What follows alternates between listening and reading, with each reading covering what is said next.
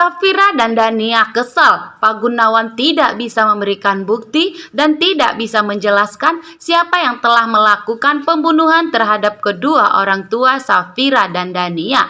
Sehingga Safira dan Dania pergi meninggalkan Pak Gunawan dan memilih pergi untuk mencari tahu sendiri. Safira dan Dania berjanji akan mencari tahunya dan akan mengungkap di balik kematian kedua orang tuanya.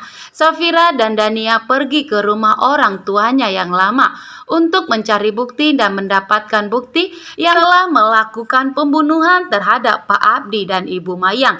Di sini, Safira dan Dania menemukan bukti di mana foto masa kecilnya bersama kedua orang tuanya. Dan bukan hanya itu saja, Safira dan Dania menemukan bukti yang sangat kuat mengenai saham dan wasiat yang diberikan Pak Abdi kepada Safira.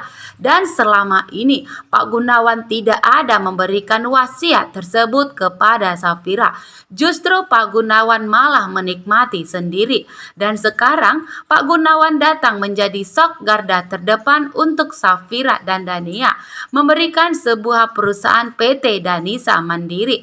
Ternyata itu perusahaan Pak Abdi, tapi Pak Gunawan mengaku bahwa itu seolah-olah yang dibangun Pak Gunawan dari hasil uang orang tua Safira yang telah dikelolanya. Dengan bukti yang kuat ini, Safira dan Dania semakin yakin bahwa Pak Gunawan ada di balik kematian kedua orang tuanya.